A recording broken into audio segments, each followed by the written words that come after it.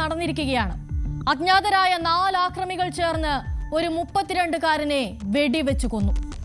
എന്തായിരുന്നു ആ കൊലപാതകത്തിന് പിന്നിലെ കാരണം? ആരായിരുന്നു ആ 4 പേർ?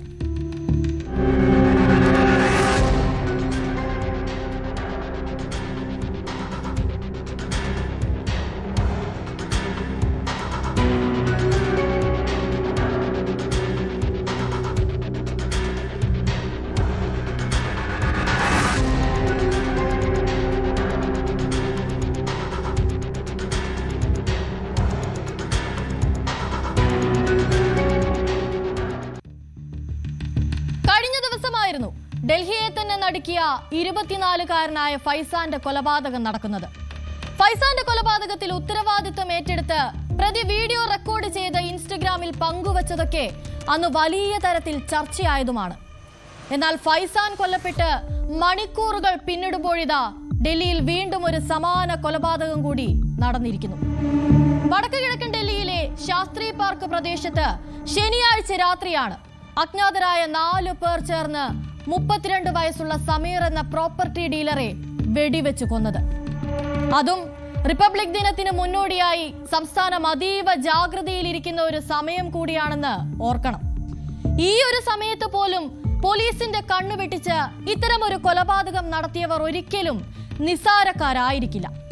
24 മണിക്കൂറിനുള്ളിൽ വടക്ക് കിഴക്കൻ ഡൽഹിയിൽ നടക്കുന്ന 2ാമത്തെ കൊലപാതകമാണിത്.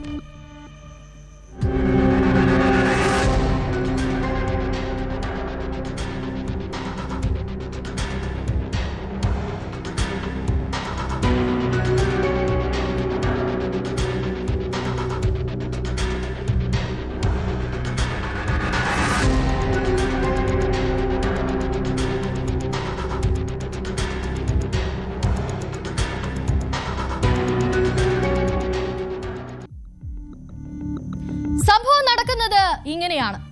ശാസ്ത്രി പാർക്ക് പ്രദേശത്ത് തന്റെ കുടുംബത്തോടൊപ്പം താമസിച്ചിരുന്ന സമീർ ശനിയാഴ്ച രാത്രി 11:15 അത്താഴത്തിന് ശേഷം ഒന്ന് പുറത്തേക്ക് നടക്കാൻ പോയി. വീട്ടിൽ നിന്ന് അല്പം അകലെയുള്ള ബിഹാരി ചൌക്കിലെത്തിയപ്പോൾ സമീറിന് ഒരു ഫോൺ കോൾ വരുന്നു. സമീറിന്റെ ശ്രദ്ധ ഫോൺ കോളിലേക്ക് പോയ ആ നിമിഷ നേരത്തിനുള്ളിൽ തന്നെ കൊലപാതകി സംഘം സമീറിന് ചുറ്റും വളഞ്ഞു കഴിഞ്ഞു. എന്താണ് തനിക്ക് ചുറ്റും സംഭവിക്കുന്നതെന്ന് സമീറിന് മനസ്സിലാകും മുൻപ് തന്നെ സംഘം സമീറിന്റെ നെറ്റിയിലേക്ക് വെടിയുതിർത്തു. സമീറിന്റെ പുറകിലും വയറിലും അടക്കം വെടിയുതിർത്ത സംഘം സംഭവ സ്ഥലത്തു നിന്നും പിന്നെ എങ്ങോട്ടോ ഓടി രക്ഷപ്പെട്ടു. ബുലന്ദ് മസ്ജിദ് പ്രദേശത്തെ വീട്ടിൽ നിന്ന് ഏതാനും ചുവടുകൾ മാത്രം അകലെയാണ് ഈ സംഭവം നടക്കുന്നതെന്ന് ഓർക്കണം. അതായത് അക്രമി സംഘം ദിവസങ്ങളോളം സമീറിനെ പിന്തുടർന്ന് പ്ലാൻ ചെയ്ത് നടത്തിയ ഒരു കൊലപാതകമാണിതെന്നത് തീർച്ചയാണ്. സംഭവം നടന്ന ഉടൻ തന്നെ വെടിയൊച്ച കേട്ടെത്തിയ പ്രദേശവാസികൾ സമീറിന്റെ കുടുംബത്തെ വിവരം അറിയിച്ചു. തുടർന്ന് അവർ പോലീസിനെ വിളിച്ച് ജഗ്പ്രവേശൻ ചന്ദ്ര ആശുപത്രിയിലേക്ക് സമീറിനെ എത്തിച്ചെങ്കിലും അദ്ദേഹത്തിന്റെ ജീവൻ രക്ഷിക്കാനായില്ല. മറ്റൊരു പ്രധാനപ്പെട്ട കാര്യമെന്തെന്നാൽ പ്രദേശത്ത് വർദ്ധിച്ചു വരുന്ന കുറ്റകൃത്യങ്ങളിൽ സമീറിന് ആശങ്കയുണ്ടായിരുന്നു. കഴിഞ്ഞ മാസം പ്രദേശത്തെ യുവാക്കൾക്കിടയിൽ അവബോധം വളർത്തുന്നതിനും അവരെ കുറ്റകൃത്യങ്ങളിൽ നിന്ന് പിന്തിരിപ്പിക്കുന്നതിനുമായി ഒരു കമ്മിറ്റി രൂപീകരിക്കണമെന്ന ആവശ്യമൊക്കെ സമീർ മുന്നോട്ട് വെച്ചിരുന്നു. ശനിയാഴ്ച അദ്ദേഹം ഇതിനെപ്പറ്റി നിരവധി ആളുകളുമായി സംസാരിക്കുകയും ചെയ്തു. ഞങ്ങൾക്ക് നീതി വേണമെന്നായിരുന്നു സമീർ അന്ന് പോലീസിനോട് ആവശ്യപ്പെട്ടത്. ഒരുപക്ഷെ ആ പ്രദേശത്ത് നടക്കുന്ന പല ദുരൂഹമായ കാര്യങ്ങളെപ്പറ്റിയും സമീറിന് അറിവുണ്ടായിരിക്കാം. അതാകാം ഈ കൊലപാതകത്തിന് പിന്നിൽ. അതുമല്ലെങ്കിൽ കഴിഞ്ഞ ദിവസം മരിച്ച ഫൈസാന്റെയും സമീറിന്റെയും അടക്കം കൊലപാതകങ്ങൾ തമ്മിൽ എന്തെങ്കിലും ബന്ധമുണ്ടാകാം. കാരണം ഇരുവരും കൊലപ്പെടുത്തിയ രീതികൾ വളരെയധികം സമാനതകൾ ഉള്ളതാണ്. എന്തായാലും പോലീസ് എത്രയും പെട്ടെന്ന് പ്രതികളിലേക്ക് എത്തുമെന്ന് തന്നെ നമുക്ക് പ്രതീക്ഷിക്കാം.